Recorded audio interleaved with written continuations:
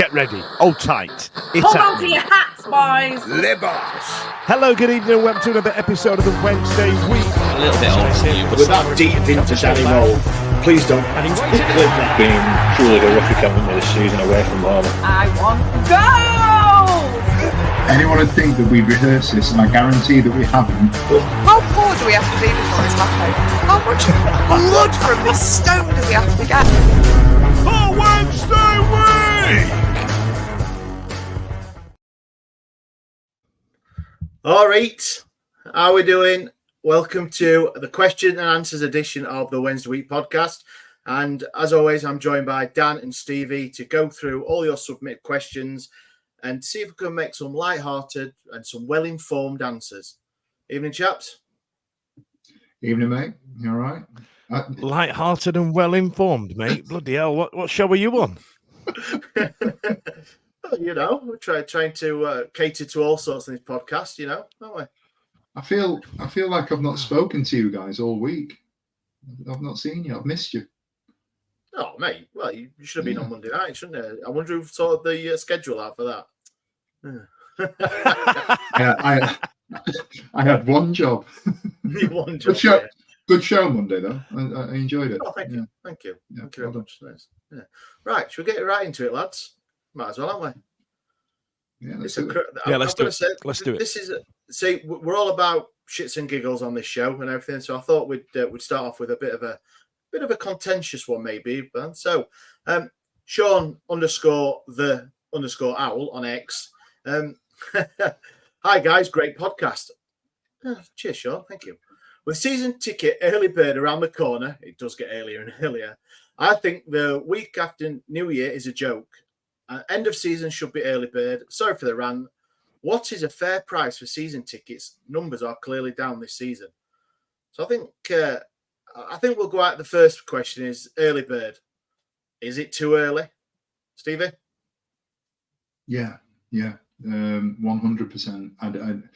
I've always had a real bee in my bonnet about the fact that if we're paying for something or we're putting out, you know, a significant amount of money. Certainly last season was a real one, wasn't it? Because we didn't know what league we were playing in. And, you know, potentially we were going to pay 700 plus for League One football. You know, I have no desire to do that. I don't want to do that.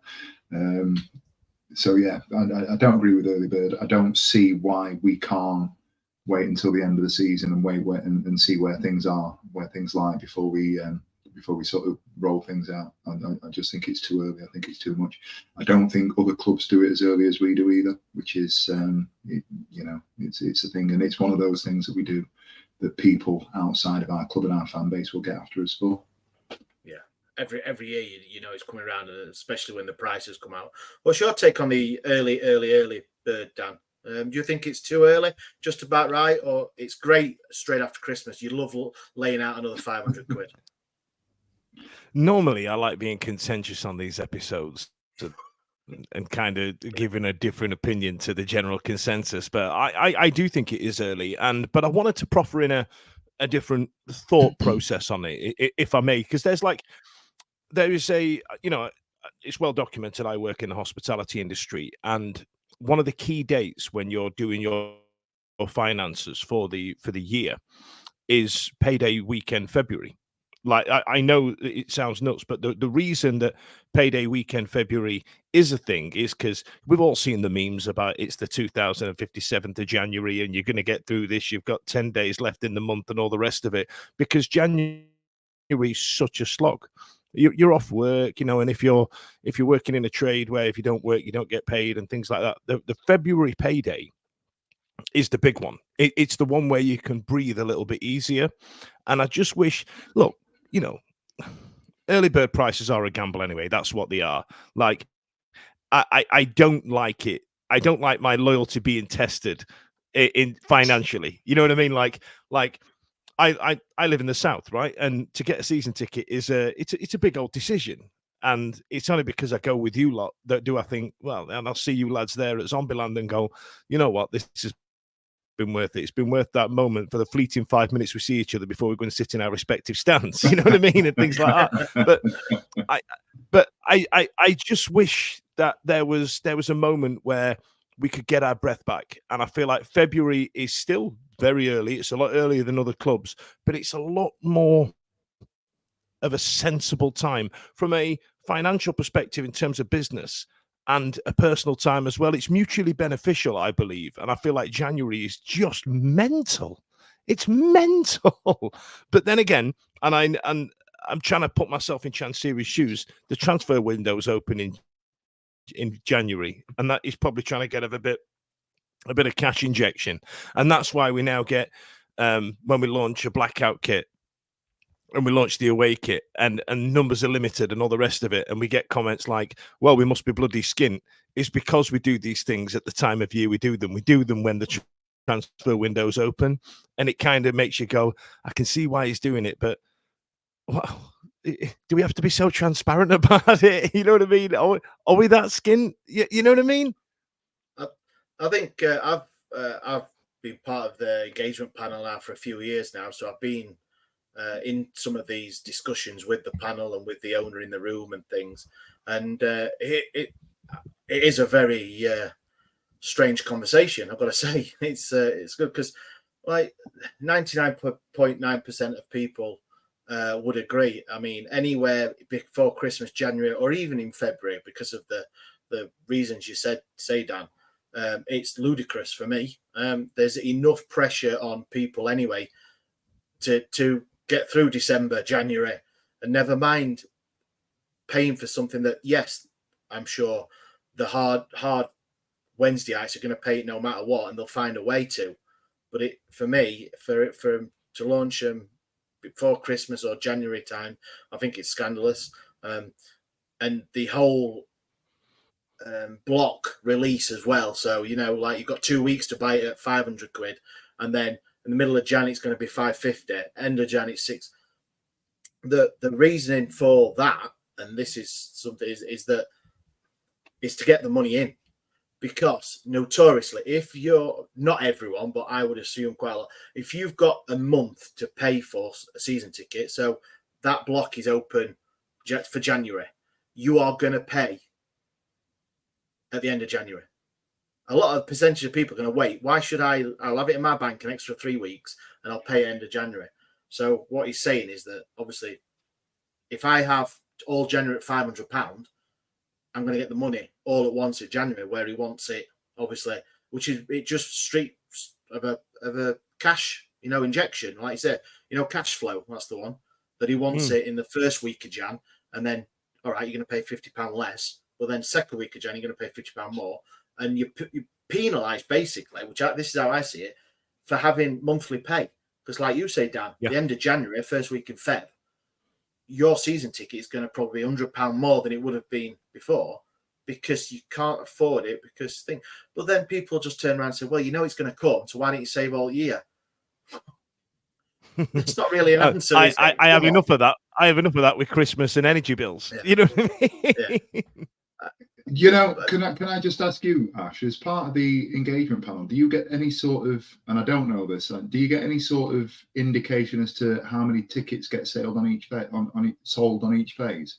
So how many get sold in the first phase, second phase, third phase? Because we'll always get a figure, won't we?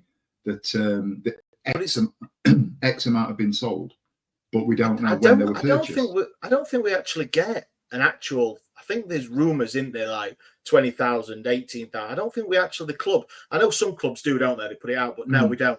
We're not privy to that. They don't say, in 21, 22, I don't know, just say the first phase was 5,000 tickets. Second phase was thing. I don't think they're privy. I don't think they release that to anyone. And for me personally, I don't see why not. Why not shout that we've sold 20,000 season tickets? I don't get. There must be a reason. Other clubs do it, and if we've sold 20,000 season tickets at anywhere up to what is it now, 800 quid, then that speaks. That speaks volumes to the fan base that they want to pay, and they're backing the club. So that's a good thing for me. I don't see why the club shouldn't say that. If it's 12,000, what people are going to do? Turn around on social media and go, "Oh, look, Wednesday we've only sold 12,000." Yeah, but it's well documented why we probably only sold 12,000. The flip side to this whole conversation as well, the thing that I hate, and I was having a conversation with a friend earlier on, and we were talking about our fan base. They're not Wednesdayites, they support Premier League team. I made a point of talking about the fact that if you're from the outside looking in, away days with Sheffield Wednesday, getting in and around Hillsborough, I genuinely think we are a phenomenal fan base. I think we're salt of the earth types. We've got good senses of humour. We get a bit of stick at times for, legacy issues that we've had associated with the club and everything else, and the negative press that we get because of the things that have happened in the media by a very small minority. But if you look at our fan base, and we experience it when we go day to day, we're a good bunch. Do you know what I mean? We're great people. The thing that bothers me is that when you put these things out, and John Smith has bought one in phase 1, and Brian Brown is going to buy one in phase 2, and then somebody else is going to moan about buying them because he can't afford it at this point. The way that we jump on each other's backs because people talk about not being able to afford it, and we have that sort of, I don't want to say elitism, but there are people that will say, well, like you said, you should have saved all year round, and I've got this much money in my bank, and blah, blah, blah. It brings an element of negativity, doesn't it? That it doesn't sit well with me. I've said on the podcast previously, I'm a dad of twins, obviously. That's well documented. Obviously. TikTok, we've seen one of them, yeah. All over the place. I've talked about my kids before. You've got children, Stevie? Yeah, twin daughters. Nice one. One of them comes to football with me. Yeah. Christmas time though, you want to make it a good experience for them, don't you? You want to spend that money. You want to give them that sort of opportunity to experience the opening of gifts and so on and so forth. We'll go hell for leather to make sure the kids have a wonderful Christmas. But when it comes to January, I'm then scratching around thinking, roll on February, like Dan has said, because it's a long month, and I get paid well. It is one for you, and I've just not just thought of this, but what would your thoughts be? Because I know the second part of the question was what's a fair price for season tickets. Here's one for you. Would you scrap season tickets and pay on the day? So just imagine now, in the first phase, it was 18 quid on the cop for a game. I think might be a bit more. Would you be happy to go, right, it's going to be 25 quid every game, but it's not the pricing of on the gate, it's not the A, B, C, D, E, when we play Leeds or United or anything like that. It is just 25 quid for everybody. I know the whole thing is I've had the seat for 30 years, and I do get that, but it could be thing that people can't make it a couple of times, so it does make it a little bit cheaper. Or what's your, is that a way around it to do it? If you do, go on, Dan. I think that's pretty counterproductive in terms of a business and what season tickets are for.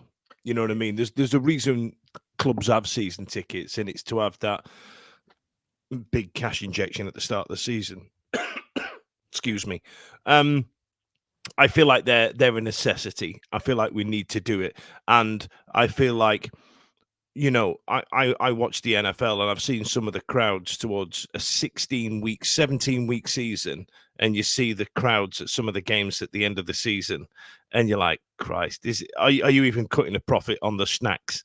You know what I mean? And I feel like season tickets are the best way to go. I mean, if you need to work out how much pay-as-you-go tickets would be a detriment to the club, watch a Jacksonville Jaguars game at the end of January, and you'll see exactly how it can go, and that would be the issue. Yeah. Well, yeah, right. I've just wondered, like, if it is a business model that it could be, if it's explored properly, and we're not just three idiots chucking it out there. Someone with Kieran Maguire, someone who's respected in the podcasting and financial football world. But I don't know. I totally get you. But then the thought of the output for people. So you are on holiday. You have 2 weeks off. You've got a wedding to go to. You've got X, Y, Z. You don't have to lay out that 25 quid or or 35 quid if it's Stevie and Molly, or me and Shadrach, whatever. I don't know, Stevie. Other clubs have got that membership model. Is it Hull do a monthly membership where they pay 10 or 12 months and you can spread the costs, which is it's sort of a hybrid model, isn't it? But I agree with Dan. There's for lots of reasons. I think, season tickets are there for a reason. They're here to stay, and they are a necessity. Just out of curiosity, and I'm not professing to have done any sort of research, but there's always that argument as to what it looks like if you break it down week on week. And I did do a little bit of math. If you set your season ticket price on home games at £20, and we've done this, and you've just talked about the £18 on the Cup for phase one, £20 equals 460 quid. Yeah. So if we paid £20 a game, that's 460 quid. If we went to £25 a game, that's 575. And we're up in arms because people are paying north of 600 quid. That's £30 a game. So £690 for a season ticket is £30 a game. I'm fortunate that I am able to sit in the south, and I make no light of that whatsoever, because there are people that aren't able to do it. North and Cop aren't 690 quid, so you're paying less than 30 quid to go to a home game, which, if you look at it and said to somebody, would you pay £25 to go and watch Wednesday? I'd say a significant proportion of people would say yes. But if you want, it's the outlay at Christmas as well. It's the outlay at Christmas, and it's the whole the big issue. The bigger issue is not the early bird prices; it's the price of the season ticket, isn't it? So if you look at it from a season ticket perspective, if somebody said Sheffield Wednesday are going to charge you £575 to go and watch them this season, you're paying £25 a game. Yeah. In real terms, is it that bad? Now, if you want to compare it, you think of the tickets. The other sort of situation that we're talking about, people will talk about the outlay for Oasis tickets at £150 plus, or Taylor Swift at 400-500 quid and what have you. And I understand that that's a one-off, but you're talking ticket pricing. Those one-off events are significant, aren't they? They're huge. But just out of curiosity, I jumped on literally 5 minutes, which was I was a little bit late. I wanted to see how much it cost me to go and watch some other sports in the area. If I wanted to go to Rotherham Titans rugby, which is down the street, I'd be paying, rough ballpark, I'm paying about 20 quid to go and watch Rotherham rugby. That never gets spoke about. That's a wonderful point, that, because it used to cost me 18 quid to go and watch SWFC in the Vanarama, and I thought that was expensive. If I want to go, but the other one that I did, if I wanted to take, and me and Molly are getting we've got season tickets at the Heights. Molly plays basketball as well, so we go down and we watch Heights. It's cheap. If I want to go and watch the men's basketball team in Sheffield, which will probably, I couldn't tell you what their average attendance is, but it's not going to be any more than 1,000. I'd argue with that strongly. It's going to cost me and Molly for a match day ticket £36. So to go and watch the Sharks play, it cost me 20, it cost her 16 quid. Not just a clever name. I suppose you are blind, aren't you, to your sport and what you perceive as good value or what you want to pay, and you don't, because I would not look at Sharks, I wouldn't look at Steelers. I'm not interested in that. So if they pay £5 a game, 10 quid a game, yes, I know it's in the same area, but it's a great point. All right, so that's what you'd expect, isn't it? That's what you'd expect. You'd be thinking, if I would say to you, Ash, as a non-basketball fan, right, we're going to go to Sharks, how much do you want to pay? I'd argue you're probably thinking it's going to cost 5-10 quid. Yeah, but I'd probably say 15 quid at most. I think I don't really know, but Ash, if you're wrapping this up, it's your turn to introduce the adverts. Oh, well, as Dan says, there's some geezer's going to try and sell you something. I'm sure it's Dan's voice anyway, so if you want, or Chris Rock. It's usually me. It's usually me trying to sell you something. It's him or Chris Rock. There we go. Mark down 19 minutes 35 seconds. And we're back. Thank you very much, Daniel, for trying to sell us something. Whatever it is, McDonald's, Sky Bet, or whatever that is. Thing. But right, we're moving on. Aaron Johnson from X Twitter has been on again. I think we might give Aaron his own little segment because I think he's coming up with some cracking. He's good at this, isn't he? He is. So Aaron asks, "You are a top pop mogul, and you have been charged with the task of assembling the next chart-topping band named Henderson's Relish." Brilliant. Yeah. The budget's a bit tight, so you decide to exclusively choose former Sheffield Wednesday players. Who do you choose and why? There's a little extra bit on this then. Addendum. You need one good-looking one, a dancer, a cool one, an edgy one, and one that can actually sing. So I just put a weird one. So we've got 6 members, but I think we'll just do like a five members, and you can choose any. 5-piece boy band.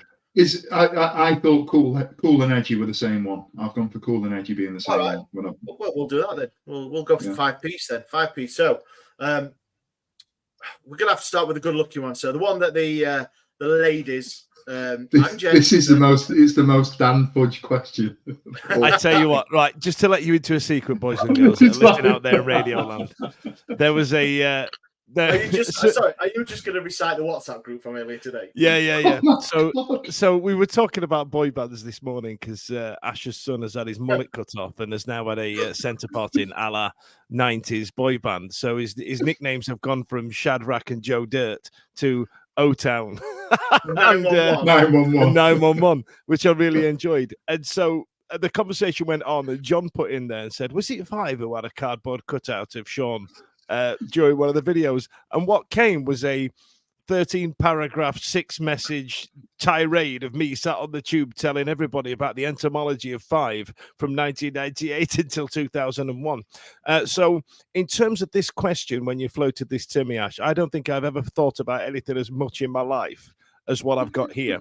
Now, I know you wanted to go through one, but I want to tell you the whole band because I've changed the criteria somewhat. Are you all right? Are you doing the whole package? Are you going straight into the whole package? Right. So the floor is yours as usual, Daniel. Okay. So right, you need a various. You need a good mix of people.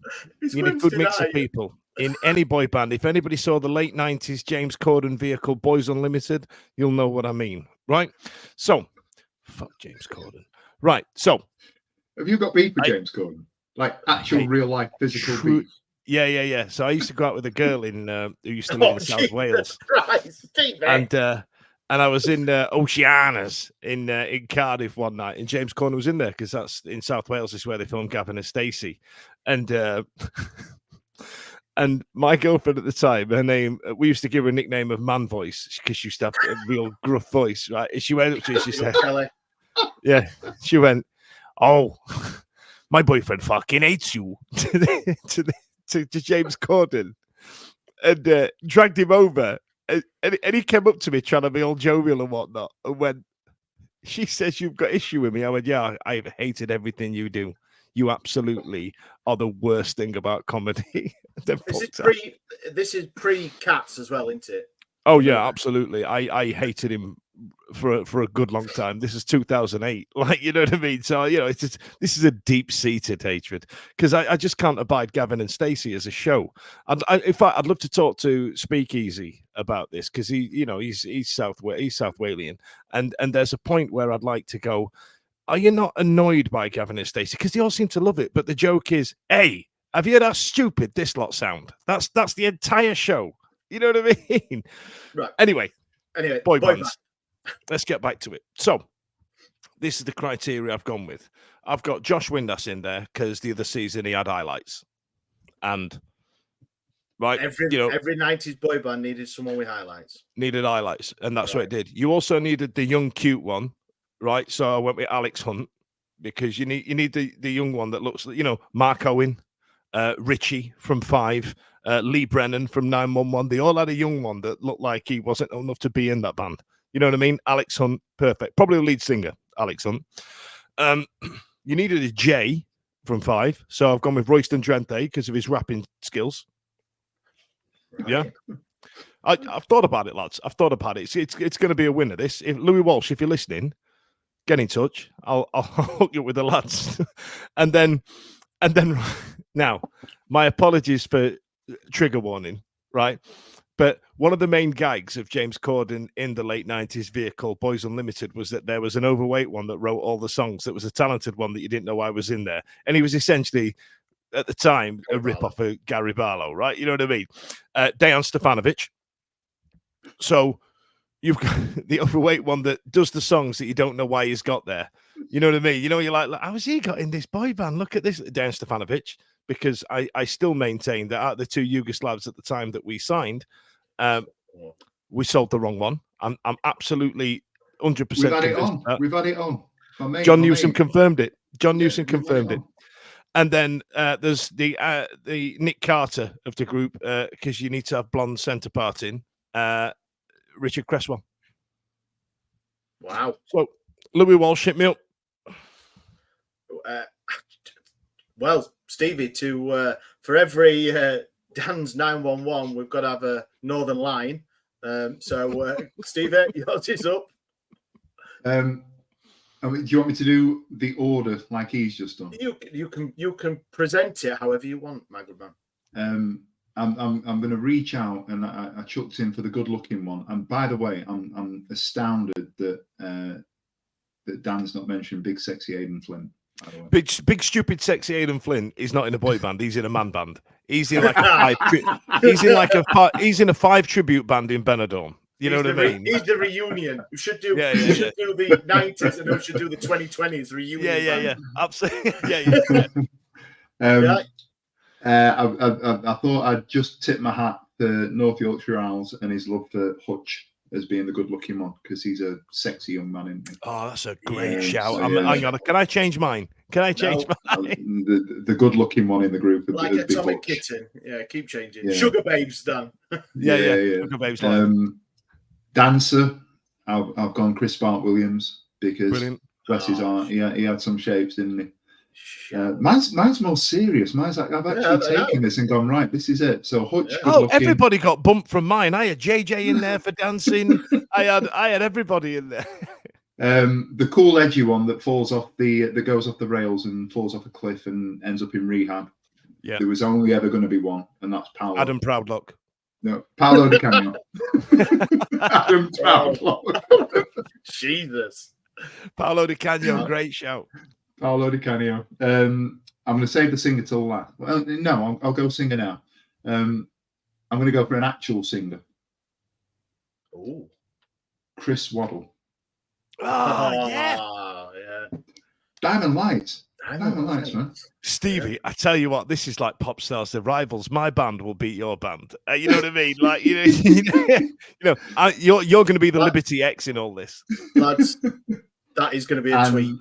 That is going to be a tweet. Yeah. I'm going to pit your two boy bands. I'm going to find pictures. It's going out. Get them up. Get it out. I'm going to mock it up. Yeah. I think I've told this story privately. The Waddle one. I ended up playing in a team for a while, and it was around the time I'd say sort of early 2000s where they were doing the countdowns on Channel 5 and one of them was a top 51 hit wonders, and it was a New Year. We had a game on a bank holiday in between Christmas and New Year, and Waddles walked in, and everybody, all the banters flying about and what have you, and it was the best thing that I'd ever seen him do. He's literally walking. He was really stoic and really cool and chill. He was a really nice guy, and we're in this little porter cabin, and everybody, all the banters flying about and what have you. He was dead quiet. And so I'll tell you what I did last night. I watched Top 51 Hit Wonders. I thought, I didn't know how he'd take it when I mentioned it. And he just turned to me and he looked and he just went, what number was I? He was about number 17 or something. He knew like full well what bloody number he was. And my weird one making up the numbers, Liam Palmer. Of course. What a surprise. Can't be a He's always there. Always there. Right. Quickly, I'm going to go through mine. Good looking one. Nicholas Alexanderson. Brilliant. Ooh. Yeah. Right. The one that is like Dan says, the one you won't expect, who's the lyricist, the songwriter at the end, Peter Athern. Yeah. He's think like this- he's I like think- Spike in I think- 911, isn't he? Where you look at him and yeah. go, "What? You're in a boy band?" But he's the He one is. behind it. He's the puppet master. He's the one, Gary Barlow. He's Gary wrote a Barlow. million love songs. You just know it. He's got it in him. He's got it in him. That's what I call a lovely day. Dancer. I'm going to go recent for this one. I mean, very recent. I'm going to go Jedi. I'm going to go Jedi Gasama. You're going Jedi. I thought you were think going to go he's- Will Volks for the win. No, with the word, yeah, maybe. No, I had him in. I know he hadn't shown, but I think there's something. I think he's got a twinkle. I think he's got a couple of 2 steps, So I think I'm going to go out. The weird one. Now, I mean, it's a tough one. I've debated about this one, like but one that probably the one that the housewives maybe, and you wouldn't know a bit thingy, but I'm going to go Benny Carbone. Not weird. Yeah.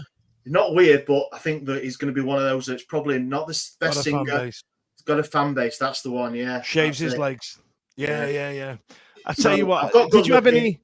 Waxes Did you have off. any almost rants? Did you have any people that didn't just make the cut? Kev Pressman. What was he going to be the overweight one that wrote the songs? Is it? What's the last one I need? Oh, one who can actually Singer. sing. A singer. Yeah. Oh, now, I struggled on this one. I really, because I can't. I'm trying to wrap my brains, trying to go through all the different. I don't know, the last 40 years who look like a singer, and then I remember the. I don't know if they still do it. They do a initiation, don't they? Yeah. And Lee Bullen when he was at the club. Thing. So I'm going to go Bully. I'm going to go Bully for a singer. And I just said to you, who didn't make the cut, purely on your same reasoning that you just said. Bullen just missed out for Dejan Stefanovic. So there you are. There's mine. So there you are. Aaron, great question again. That's a fantastic. Love it. Right, excuse me. Right, next one up. Oh, excuse me. Right. So I don't know if you know, time of recording. We're recording Wednesday evening. Tomorrow, which was Thursday, is Mental Health Day. So Simon from Speakeasy, a friend of the show, massive advocate of mental health, chucked a good question out for us. So to you two guys and me as well, and everyone listening, how important is it for you to feel part of something for your mental health? I.e., feeling part of supporting Wednesday, part of the fan base as a Wednesdayite, an away day, a home match, meeting your mates before and after the game each week, listening to a podcast, the only podcast, should I say, wearing or talking about your favourite kit. We've done that plenty of times. So how does that make you feel, lads? So part of being a Wednesdayite, we luckily blessed doing this podcast, and we get to this every week as therapy, especially this episode. But what about you, Dan? How does that make you feel? I knew you'd come to me first. I was sat there trying to switch gears. I've just gone from Royston Trente and Dejan Stefanovic in a boy band to talking about mental health. I knew you'd come to me first. There's a reason I get on that god-awful train from London to come up to Sheffield on what's truly one of the worst experiences of my life. And there's something about sitting around people that being an expat from Yorkshire, there's something about sat around people that have been brought up the same as you. You know what I mean? There's something about that I will never be able to put into words, where I kind of sit there and wiggling and go, "Are you a shit kicker and all?" Yeah, me and all. It's mint, innit? I live in London, but I'm not going to tell you that. Do you know what I mean? I know that sounds ridiculous, but like I feel less of a charlatan being in around Yorkshire. I feel like I'm back where I belong every time I go. All right, after about 4 or 5 hours, it does me head in because I want to get back to, pret-a-manger. But you know what I mean? Like, I had to get a joke in there. It was getting deep. But there's something about sitting around in amongst Yorkshire people, because there's a difference in values and the way they approach things and the way they talk about things, which I identify better with more than I do with people in Chiswick who wear dry robes and carry the coffee out in front of them.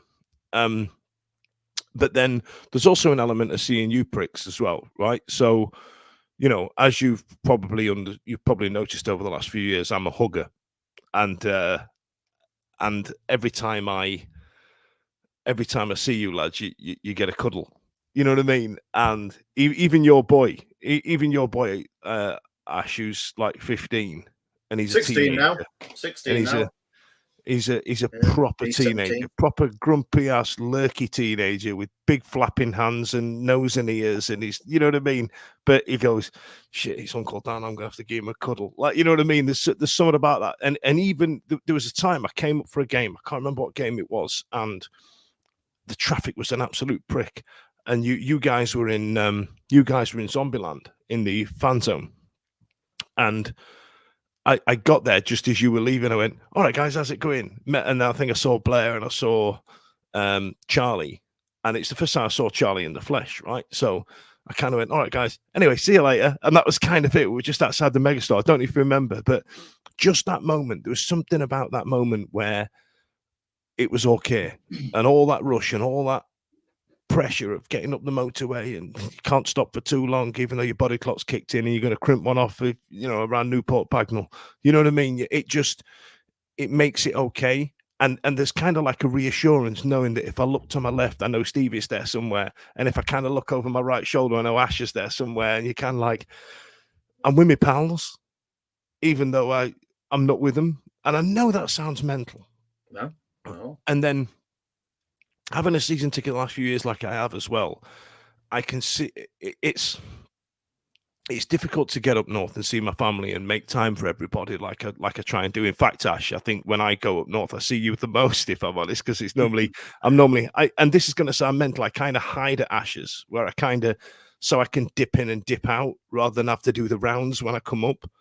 And when I get to see my stepdad and my brother that I go with, I haven't got to do the rounds with them. They're there and we're all talking about the same thing. We've got the same goal for those few hours that we're there.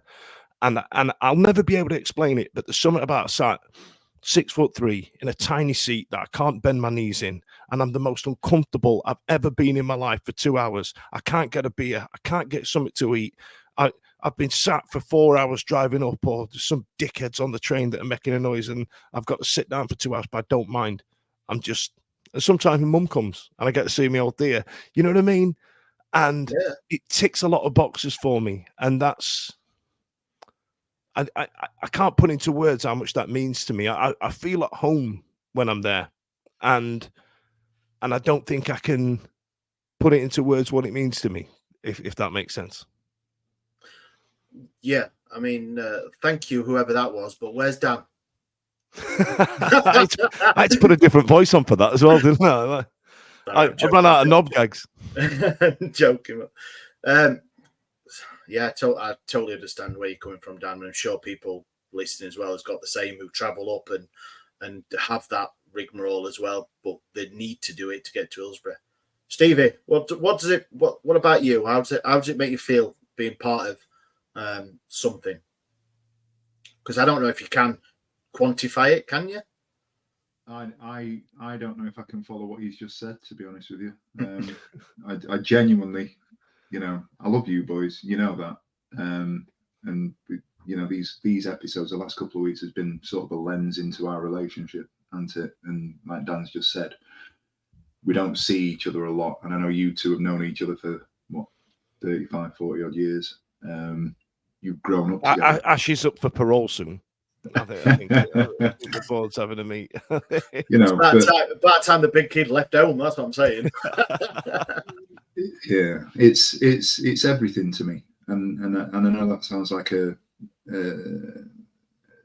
extreme statement, if you like, but it really is, because I don't have the same sort of experiences that other people have had. And I was thinking about this, and in my work last week, I was talking about the fact that I'm a first generation football fan.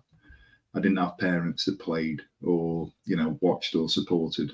If not for me and my sister, you know, there's nobody in our family that'd be following football. We fell into it, and it became a thing where, you know, we've become part of this extended family that is Sheffield Wednesday. and it means the world. You know, talking to you guys, and we've talked about it a lot on other sort of shows and podcasts and things. I don't know how I'd have got through lockdown without you lot. You know, we'd sit for hours at a time and we'd talk, and you became my extended family, because I come from a small family. And, you know, 2 o'clock in the morning when we sat drinking rum because we just talked to John Arks or whatever it was, and Monty just got pissed up. Yeah, Monty got drunk and fell off the face of the earth with his Southern Comfort and didn't reappear for another 3 days. You know, it's those sort of things that become part of your memories, and we do fall out. We have disagreements, and that's happened in the past, sort of thing. I'm talking at a podcast level, but you know, day to day being a Wednesday night, it's part of it.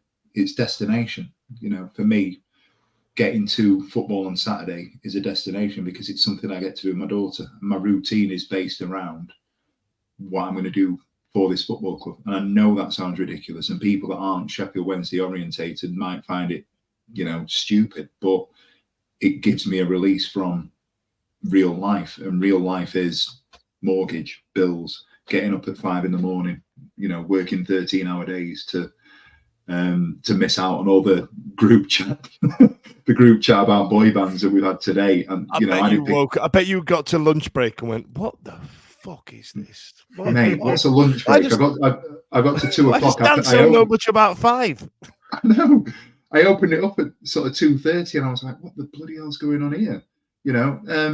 But it is. I have forged a relationship with my daughter through football, where I get to see her living her best life, and you know, she's so into it that I look forward to spending time with my kid.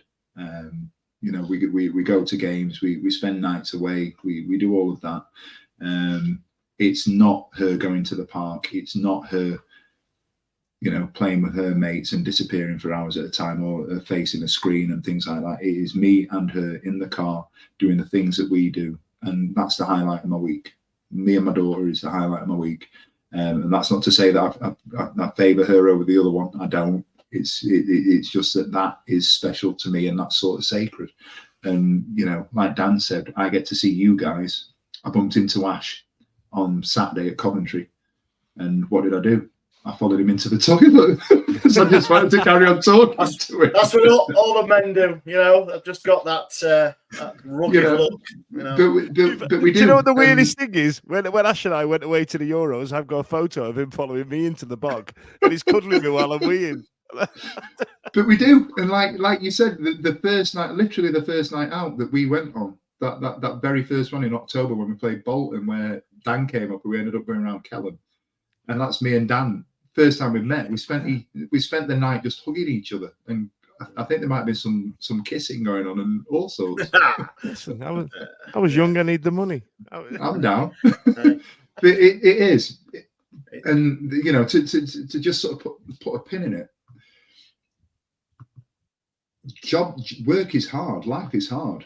You know, it's shit as well. If without the football, what have I got? You wake up early in the morning, you go to work, you deal with what you have to deal with, you come home, you deal with what you have to deal with at home, and then what you got, you know. It's a release.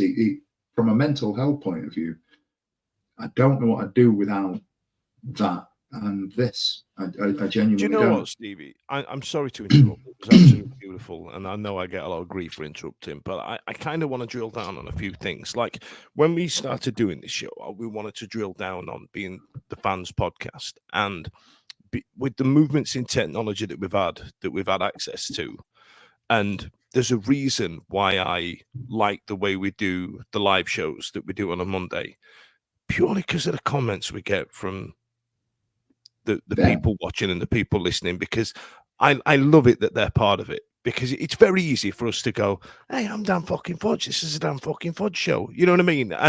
But when I go to Hillsborough, I kind of want to keep me up down a little bit. But as much as there is a 20-year-old arrogant dickhead in Simon who wants to go, "Yeah, I'm here, lads. What?" You know what I mean? And Ash has met that guy, and he's a dick. But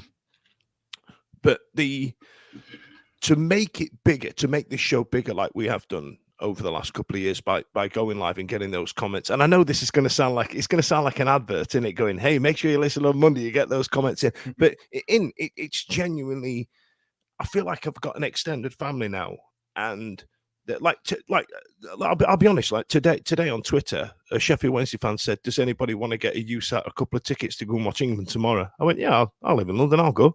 He's just sent them to me. He didn't want anything. He just said, and I'm like, fucking hell, this is a fraternity. This is an online community. This is a football community. But what I wanted to ask him, and Ash, you'll probably touch on this as well, your relationship with your sister, Stevie, do you see her a lot outside of football? No, we don't. And do you know what? The thing is, where I live now, geographically, she's 2 miles up the road. But because of our jobs, and because of what we do, the hours that we work, we literally exist. Our entire existence is based around football first, and kids second, and family, and that's it. So our interactions are we sorting tickets for this? What time are we going to be there? Where am I meeting you today? And do you know what? I've seen more of it in the last 3 years than I have in the last 15, because we now have a reason to be together. And we spend time, we sit with each other, we have a chat, and because of that sort of development in our relationship, we get to talk about other things as well. And that brings us, sort of tie it together. And that means the world to me. Me and my sister we were really, really close as kids. And then you grow up and she goes one way, I go the other. We came back together at university and sat at uni together, and then you go off and you go live your lives and you go and create. But it's a purpose and it's a reason. And every Saturday I get to sit with my little sister, who I'm incredibly proud of. She's the most. I know she scares you to death, Dan. She frightens the absolute shit out of me. I don't know what it is, because I'm like loud and I'm outgoing, and she's quite stoic. Yeah. She's got this look that goes. She might in her head go, "Oh, Dan's here. Dan's all right. Dan's cool." But her face says, "This prick's turned up." Yeah. That's 25 other thousand as well.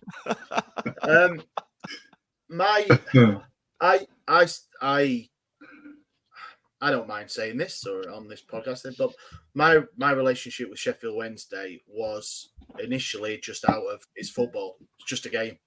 Mm-hmm. And I've said it on the podcast before. It's just a game. And yeah, you go, you lose. Oh, sorry, it's not going to ruin my Saturday or whatever. I'm going to go to work. I'm going to do this or that. And it was more when I didn't have a very good relationship with my son. I worked away a lot when he was younger. So, Monday to Friday, dad's away. Come to the weekend. Stevie, he was actually down at mine in Southampton as well, would you? Yeah, living the single man thing, of course, yeah. But no, I was away, never saw my family, obviously, for long periods and things like that. So, firstborn son, you want to get your best mate and all that sort of thing, and it was nothing. It was like, who are you, type of thing, and that went on for 10 years, maybe, something like that. So it's only in the last 6-7 years that, yeah, really, and that's Sheffield Wednesday. I went to Sheffield Wednesday. I thought, right, I'm going to take my lad. He's not really into football, but like probably my son's going to support Wednesday and all that. I didn't really have that when I was a kid. I went sparingly. We couldn't afford it, or my dad weren't really that bothered. Watched it on the telly. I can always remember watching it, but going to Hillsborough was very sparing. And over the last few years, especially doing this podcast for me, it's probably a full-time job. I do more work on this podcast than I do what I get paid for. And I'm self-employed, so you can see how much money I'm making then. So it's a full-time job for me, but it's so much work. It's so much work. Doing this podcast and going to games and everything, and like it is more than just football now for me. It's not just entertainment. It's not just the football's kind of the add-on for the day, isn't it? Like it's like something that's happening gives us something to talk about, and then we get drunk and do. You know what I mean? Yeah. I've done many. Luckily as well that I can go to away games. I've built enough points up for it, and I'm in a lucky position that I can afford to go as well, because I don't spend a hell of a lot on anything else. It is Sheffield Wednesday. But the relationship I have with my son now is a million times better through Sheffield Wednesday as well. It is fantastic. And luckily, you guys and everyone on the podcast know who he is, talk to him. He's part of the podcast. Sometimes he's members. He's known Dan since you were born. Dan bought him his first Wednesday kit at like 6 months old. And it's Child abuse. Child abuse, they call it. through that it is, and I owe Sheffield Wednesday and this podcast a hell of a lot, and I know, and that's one of the reasons why I really put quite a lot of work into stuff and come up with some batshit crazy ideas, like sending voice notes at 7 o'clock this morning, citing traffic to Dan. It's more than that for me now, and I love it, and it's really weird for me to say that because I've always been a bit of a thing of saying, probably like a swinging Brit, my kids say I've got, that I don't really show any emotion or anything like that, but I do. Sheffield Wednesday now, I think for the question that Simon's saying about mental health, 100%. I don't think, it's been hard over the last few years for various reasons privately, but hey, Sheffield Wednesday, innit? And going to away games and seeing the same people that you don't see. And one thing doing this podcast, and you can see my face, we're on YouTube and all that. And all the other people shouting. I had it at Coventry. I don't know who the guy was. He was on his phone and I walked past, he went, Ash. I'm like, yeah. It was, keep up the good work on the podcast. And I'm not just saying, obviously he did say it and everything. I'm like, all right. Went to Blackpool in the cup, walking down Blackpool front. Guy walks past, the Wednesday week, like that, and I'm like, I hate being recognised. I'm not one for that. I'm not at all. But inside, it's like, yeah, actually, yeah. I think just on that, I think it's worth. There's that gratification that you get, but I think, and I'll say this, I know. Try and frame this in the right way. You have done a lot of work behind the scenes for, like Dan says, we are now a fraternity and a community, and a lot of the stuff that we do, I'm very proud of. And your ideas challenge us to have other ideas that has made this bigger than a podcast. And it doesn't matter how big we get in terms of subscribers, likes, followers. It doesn't matter. Nobody's going to tell me that this is not the. It's the Sheffield Wednesday community for people that are on social media. I don't care what anybody else says. I genuinely believe that. And the reason that I do is because of all the good work that we do. We're not doing it for us. We're doing it because we want to give back, and we get our kicks out of 670 odd Easter eggs. Was it? The packed stuff. It's the stuff that we've done, and the thing is, we sit there and we go after the fact. You sit down and you kind of go, "Fucking hell! Look at what we've just done there," and then it gives you so much that you feel good about, and it's nice to feel good about things when you do good things. Sorry, Stevie. I think that I found something in me that I didn't think I had. And that is the charity stuff. Yeah. I really didn't think I was this type of guy. And I think this podcast has really helped me come out of that, because I do feel that as a podcast, we can offer more, and we do offer more. And for all the shits and giggles, and there's thousands of them. And if people had access to our WhatsApp group, I tell you, we should charge people £5 a month for that. But for all that, we have you will never do that. no, charge for stuff. No, that has given us as a group of people the opportunity and to help other people and things like that. And that is what I really love now. I love talking to you guys, and I do, and weekly things, going to the game and everything.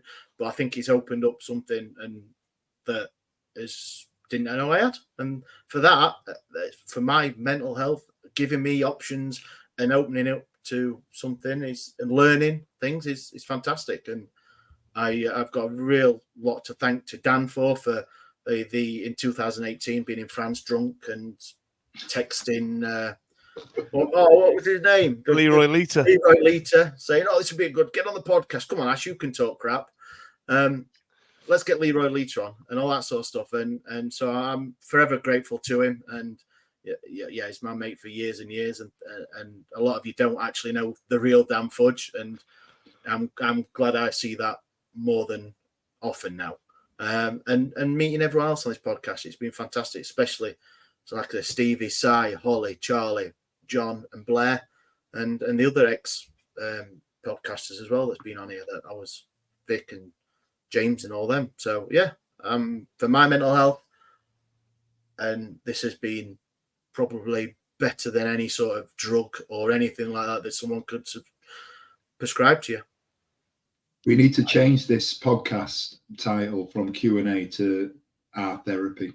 It's actual therapy now, isn't it? We were joking about it the last 2 episodes. Now it's become actual therapy.